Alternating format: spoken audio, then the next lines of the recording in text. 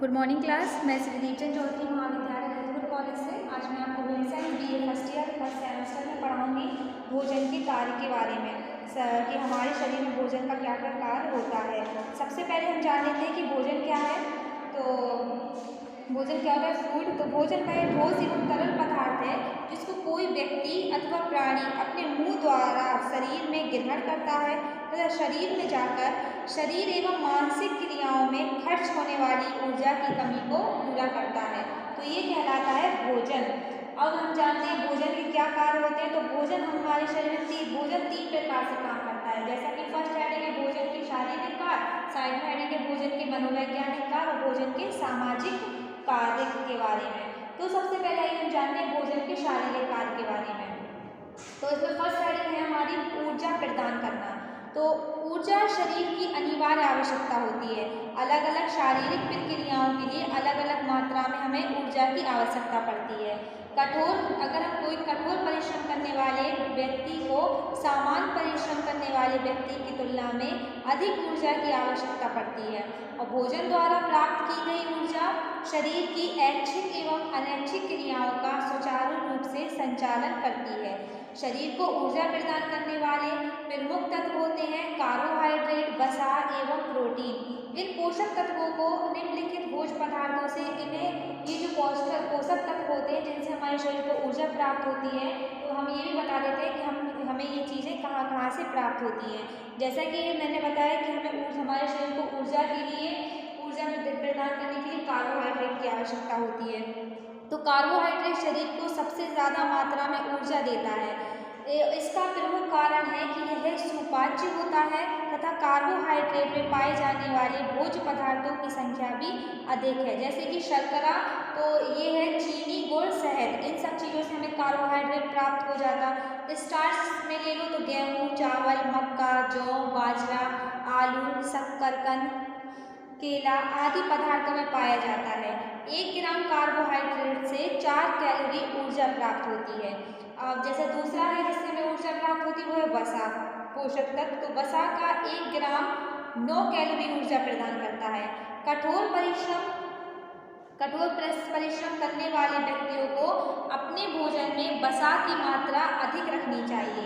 वसा को हम कई साधनों से प्राप्त कर सकते हैं, जैसे तेल, घी, सूखे मेवे एवं क्रीम आदि से।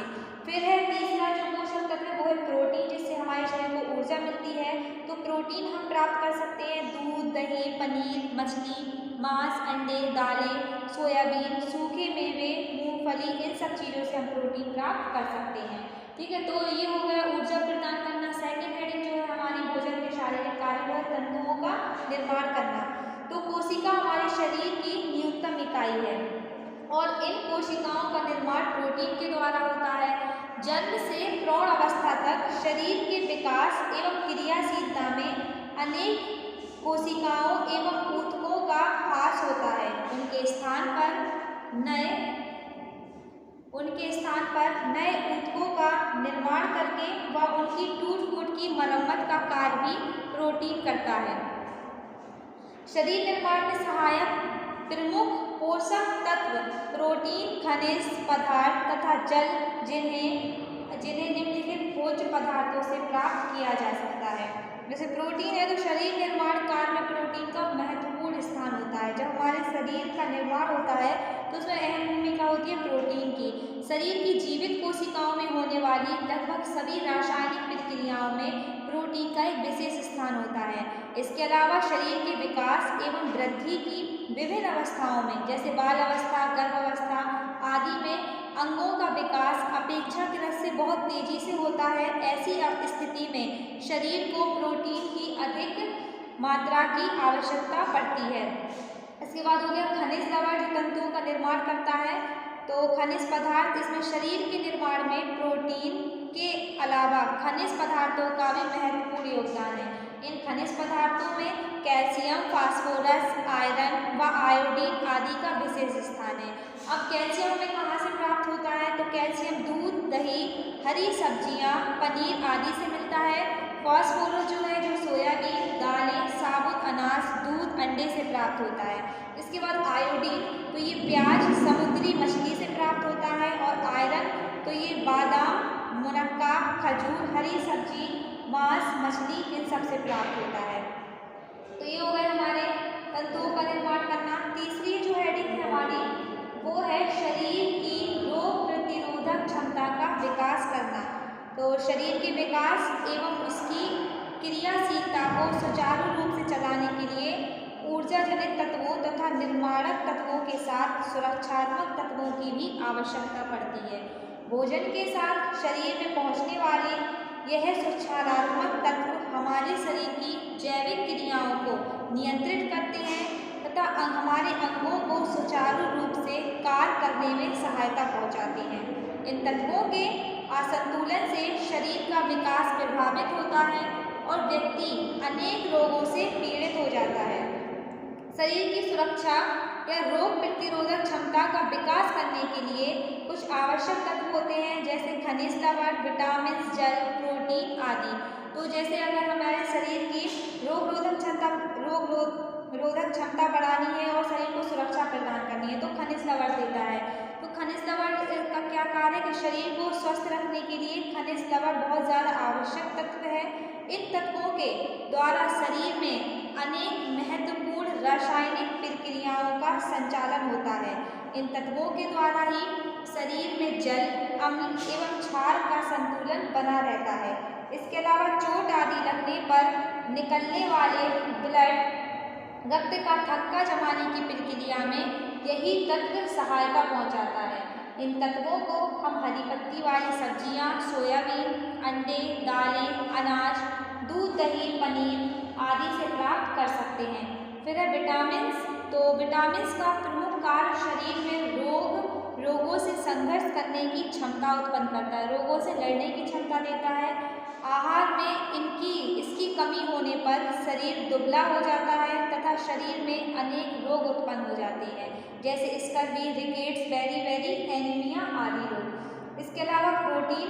तो प्रोटीन का मुख्य कार्य होता है शरीर निर्माण की दृष्टि से भी इन तत्वों का आहार में समुचित संतुलन बहुत ही ज़्यादा आवश्यक है।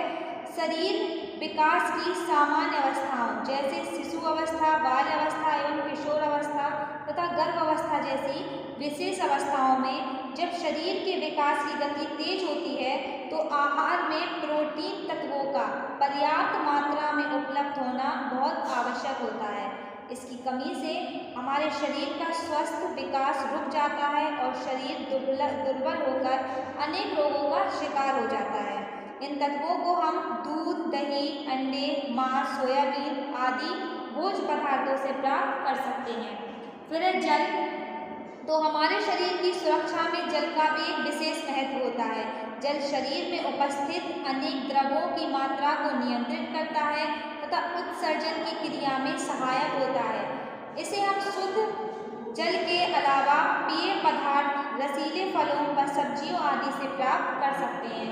तो ये हो गए भोजन के शारीरिक कार्य। सेकेंड हेडिंग जो आप देख रहे हैं हमारी बोर्ड पे लिखी हुई है कि भोजन के मनोवैज्ञानिक कार्य के बारे में। तो आधुनिक मनोवैज्ञानिकों ने विभिन्न अनुसंधानों के आधार पर यह सिद्ध किया है कि भोजन केवल पेट भरने तथा शरीर के पोषण का ही कार्य नहीं करता, बल्कि वह व्यक्ति की अनुभूतियों को व्यक्त करने का एक उत्तम साधन भी है।